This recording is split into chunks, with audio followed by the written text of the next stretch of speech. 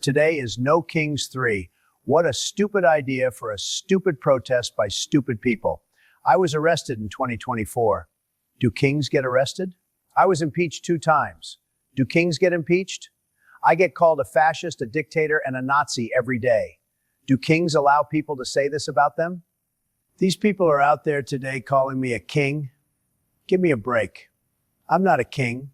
We don't have kings in America. Never did, never will. That's why you losers can even have your little parade today, waving your signs and screaming into the wind. If I were a king, you wouldn't be allowed to protest at all. You'd be gone. Look at the real dictators and kings around the world. They don't let anybody say a bad word. But here, you get your safe spaces, your balloons, your marches, and what do you do with it? Complain about the guy you lost to? Fair and square, 3 times. I was elected by the people, not coronated. These radicals who cry dictator while their side weaponized the DOJ, the FBI, the fake news, and everything else against me. Now they're mad because we're actually fixing the country, securing the border, bringing back law and order, making America strong again. It's absurd, totally absurd. They want open borders, weakness, and chaos, but they call me the king? Sad. Go ahead, have your little low energy, low turnout protest. Just don't block traffic or burn anything down like your friends did before.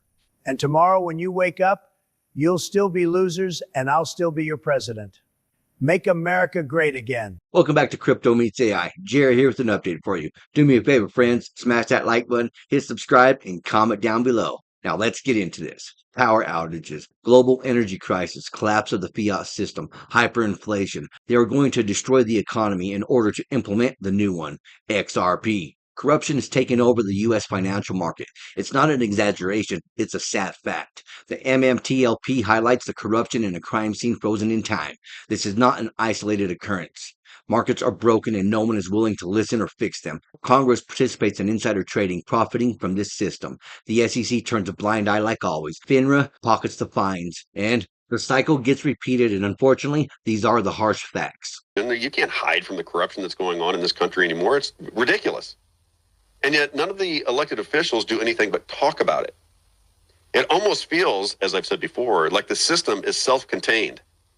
The system can do whatever it wants. If they want to steal money through the stock market, you call up Ann Wagner. I got a buddy of mine that is just going crazy over at Secretary of State Hoskins and Ann Wagner because he got his money stolen from MMTLP. And he said, Rob, I have been so nice. All I've done is encourage these people. I've tried to give them information. It is obvious that our money was stolen from us. They have to do something about it. It was a collaboration between FINRA, the hedge funds, and the big brokers, and they basically just stole our money. And then you say, well, if that is happening, what is the recourse of the citizen? Well, the recourse of the citizen in a constitutional republic is we go to our elected officials and say, hey, this is what happened to me. Here are my grievances. Get some answers for me.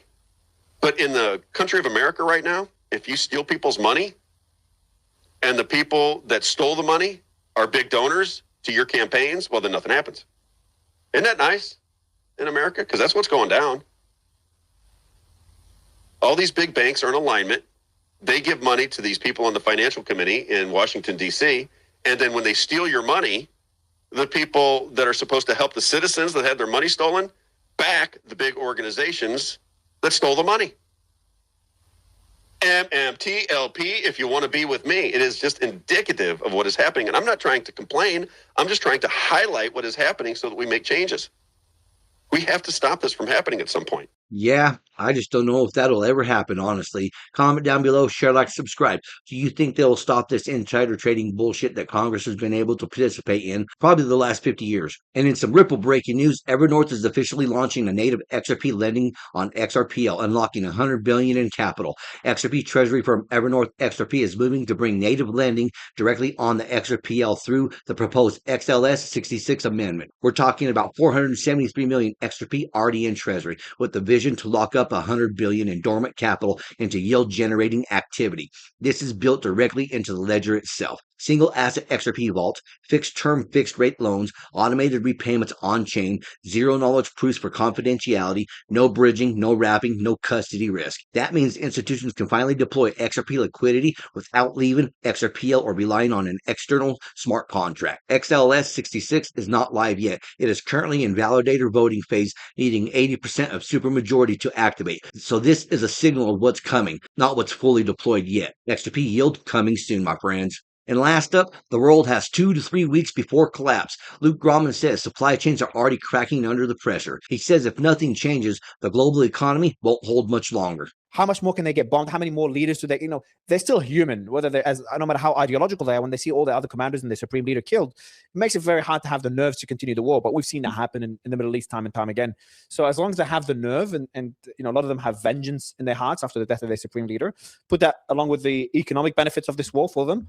And yeah, they've just got a recipe for being incentivized to continue the war. And I just saw a report right now that according to Iranian media, to ISNA, Iran lawmakers are calling to continue the war until the enemy is deterred. So that's and they know this 2 to 3 week period as well as I do, right? It's wide open. It's very easy to do the calculus of where supply chains start, but you can see it already, right? We got people walking to work in the Philippines. We've got one every 5 day by license plate in South Korea. You've got the Japanese talking about pledging their FX reserves against oil futures to try to sell them down. You've got Scott Bessent unsanctioning Russian oil while the Russians are targeting American targets for the Iranians. You've got him unsanctioning Iranian oil while we're at war with Iran. If you wanted a clearer read on, when the history books of this period are written, they are going to point to those episodes, the Bessent unsanctioning Russian oil and then unsanctioning Iranian oil, and then pointing out how stock markets and bond markets and all we're still completely, credulous.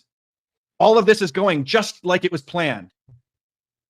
And they're going to go, what were they thinking? How could they have possibly taken that as anything other than it's not going the way they thought it was? It's going to be like, in Vietnam, where, and I'm not saying this is going to be another Vietnam of that level, but what I'm saying is, there's a great Netflix series, Turning Point Vietnam, that's up, the 5-part series. And there's this fascinating one of the episodes where they interview Dan Rather from CBS and Morley Safer from CBS, who were young field reporters then. And they said every day in Saigon, the press corps would show up and the U.S. Central Command would tell them, hey, we killed this many, Viet Cong and NVA, and we suffered this many losses, and it's going great, and, get on the team, get on sides, be on the team, guys. And that literally said, get on the team. And after a while, Safer and Rather started kind of questioning the official narrative. And so they hopped in a Jeep and on their own dime and went out with the guys, went out with the soldiers. And they're like, holy cow, like our guys are fragging their own officers. The Viet Cong are really, really good at fighting, which you would stand to reason after 30 years of fighting or 25 years of fighting at that point. They probably had some good fighter and good tactics. And they found that what CENTCOM was telling them in Saigon was apples and oranges to what was really happening in the field. And I think this New York Times story of, hey, U.S. 13 Mideast bases are quote unquote largely uninhabitable after these Iranian missile attacks, I think was sort of like the Morley Safer and Dan Rather moment of like, guys, like the official narrative isn't exactly how it's going. And again, I'm not saying that to be anti-American. I'm not saying that because I hope we lose. I think we will eventually win. My whole point as a market practitioner is we have 2 to 3 weeks to win until the global economy collapses. And we're not going to win in the next 2 to 3 weeks based on what I know, unless we have this wonder weapon that wraps it all up this weekend while markets are closed. Let me ask you guys a question. What do you guys think? Do you think they're using this Iran war, the oil crisis, and everything else going on right now to crash the economy and roll out a new system? And honestly, it is a wild theory. Some folks do see it that way. Geopolitics plus energy shocks have triggered resets before. Just saying. That's what I have for you folks. Until next time, stay savvy, stay stacking, and I'll catch you in the next one. If you enjoyed this, smash that like button, hit subscribe, and comment down below. And if you want more crypto deep dives, check out our videos right here on Crypto Meets AI. Thank you for watching. Remember to always do your own research. This is not financial advice.